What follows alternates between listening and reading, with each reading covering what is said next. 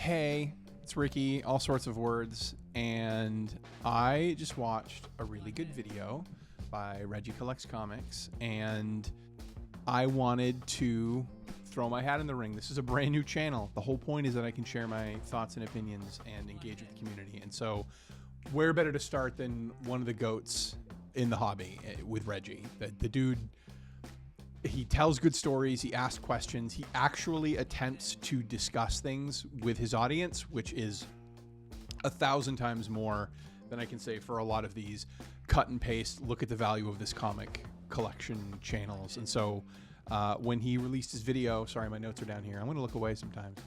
Toxic collectors hurt the comic community.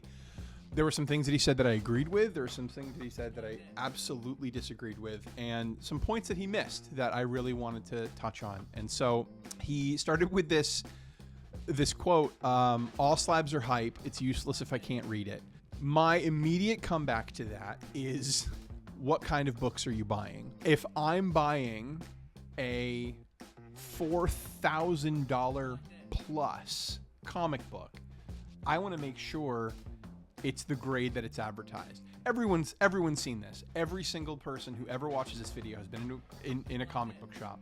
The guy behind the counter is like, yeah, this is a 6.0. I've even seen some stores that put stickers on it that say like 6.0, 7.0, 8.0, Gem Mint, whatever. It's not.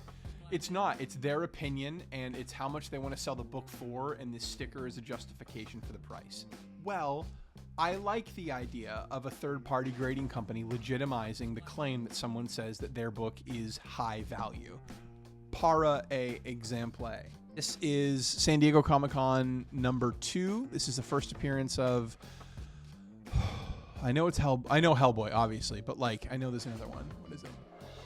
Danger Unlimited and Monkey Man and O'Brien. Love it. It was a promotional book that he handed out, and it has a huge first appearance of a character in a comic story. Hellboy, come on now. So when I was shopping for the book, there were copies with crunched corners. There are copies with, dog ears. There's 9/8. There were higher grades than that with Mignolic's signature on it, verified by CGC. Crazy. But I know that I was in the price for a 9.4, and I know that when I was buying it, and it was, I might show receipts in like a picture-in-picture, but I think I paid like $420, $440 for it. And it's only gone up like $50 since then, even in this economy, which should tell you something. But it's a great book, and so I knew it was a good price, and I was able to jump on it. Legit, I got a copy. I wish I'd pulled it out already. Beautiful presenting copy of Justice League of America #9, the Origin issue. All the notes on it on eBay, complete, and it was cheap. I won it at auction. I think it was like $40, like for that issue. Insane. Book comes in completely detached. And you know what? I am one of those low grade, no grade people, and so I was just happy to have the book. But yeah, completely detached cover for sure. If you're buying a very valuable book, grading is invaluable. It helps standardize the money that I'm spending. My first video on this channel was Action 252, the first Supergirl, and that is, there's no universe where I'm paying $2,500 for a book where I don't know exactly what it's worth, exactly what it is. It would have to be the steal of a century for me to part with that type of money on a book where I'm not sure exactly, if I can't touch it, if it's all digital, if I'm not sure exactly where it lands. Are the pages there? Are the wraps intact? How are the staples? Does it hold well? Is it brittle? None of that's going to be conveyed to me unless there's that third-party grader or the most honest seller in the world. In the example, again, of this book, I have this book. I own this book. I can go to Read Comics online and read that exact issue without having to crack open the slab. So I can still enjoy the story while also preserving this piece of history, as Regie says. Here's something that Regie said I disagreed with. He said when they hear negativity, meaning new comic book readers, collectors, they'll just walk away. I think it's much worse than that. They'll stay because they love the stories. They love the characters. Of course they will. but they'll stay and they'll make enemies.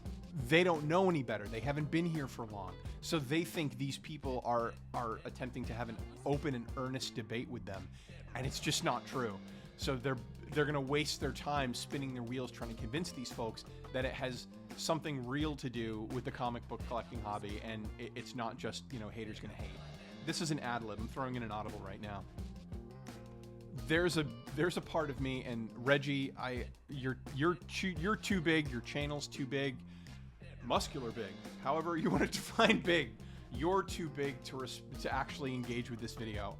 So I don't expect it. But as a side note, there's a part of me that believes those individuals who take such umbrage with collecting major keys and encapsulating them, that it's kind of I would treat her better if she were with me kind of deal. Like homie, you can buy the book. you can buy it raw for sure. You can buy the slab and break it out and have a YouTube channel. I would love to see that, a YouTube channel where someone just like buys and saves books and cracks them out of slabs, and then it has footage of them reading it. I would love that. That would be hysterical. But I think there is a fair amount of like, you know, why y'all counting my pocket? Why y'all worried about how much money I'm spending on these books and what I'm doing with my money? If you want to live a different way, just buy the book and do whatever you want. I like how he said that. It isn't my place to tell someone how to spend their money. If it makes them happy, do it. Yes, 1,000 times yes. This is, I promise, I'm going to keep this video short in case he ever does watch this, but this is the last thing I want to say.